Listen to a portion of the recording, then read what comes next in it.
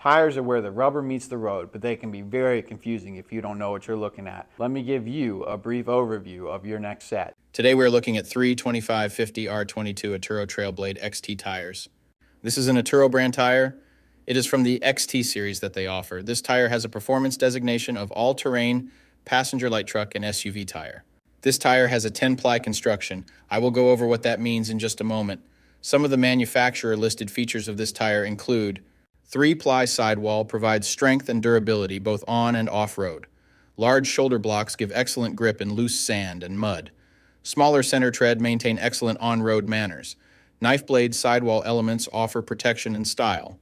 Multiple sipes across the tread enhance traction in rain and snow. Rim guard provides protection against curb-damaged wheels. So to start, we will look at the tire size.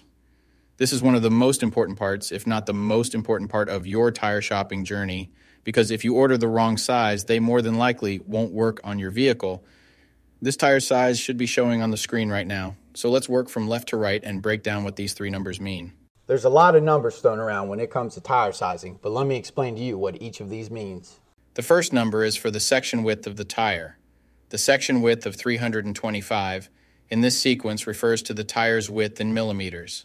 In other words, this tire is 325 millimeters wide, from sidewall to sidewall. The second number in the tire size refers to the aspect ratio. 50 in the sequence is the aspect ratio of the tire. The aspect ratio is a percentage, and it tells you the ratio of the tire's height to its width. In this example, the aspect ratio number 50 means that the tire's height is 50% of its width.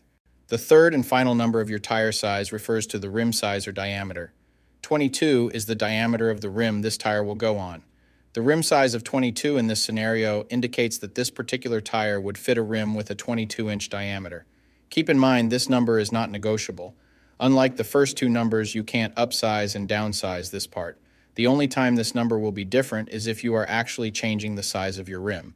So for example, if you find a fantastic deal on a set of 265/70 or 17 tires, you absolutely cannot use them in place of your current 265/70 or 16 tires, unless you are actually changing the rim size also from 16 to 17.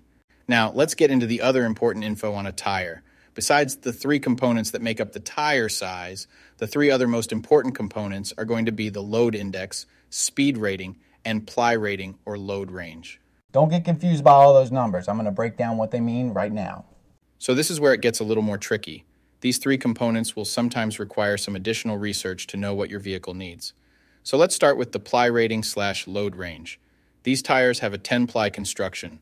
Each designation represents a different term when looking at a tire. This can directly affect things like max tire pressure and also plays a part in the next two numbers we are going to talk about.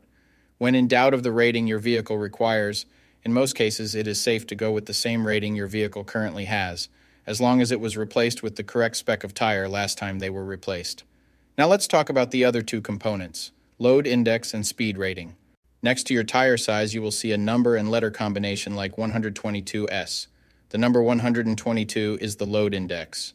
This is the number relative to the weight capacity of the tire. The higher the number, the greater the load carrying capability of the tire. Load index ranges from 0 to 150. If you are replacing your tires, they have to be the same or higher load index, never lower. For example, if your current load index is 122, a tire of the same size with a load index of 125 would work for you, but not a tire of the same size with a load index of 119. If you replace your tires and the new ones have a lower load index, the tire has a higher likelihood of bubbling and eventually blowing out. So make sure you pay attention to this when buying your set. So for the tire we are looking at today, the load index of 122 represents a weight capacity of 3,307 pounds. For my metric system using friends, that would be a capacity of 1,500 kilograms. Located next to the load index we just talked about, there is a letter. The letter S is the speed rating for this tire. This is the maximum speed sustainable for the tire. Each letter has a corresponding speed rating approved by the Department of Transportation and the tire manufacturer. Alphabetically, the speed rating increases as the letters advance from A to Z, except for the letter H, which we'll explain in a minute. The most common speed ratings range from L, 75 miles per hour, to W, 168 miles per hour. High-performance racing tires speed rated 168 miles per hour or higher are marked ZR. Originally, tire speeds were just S, H, or V, S being the slowest, H being the middle, and V being the fastest. Over the years, as tire speeds have evolved, for whatever reason, H has always remained the same, 130 miles per hour.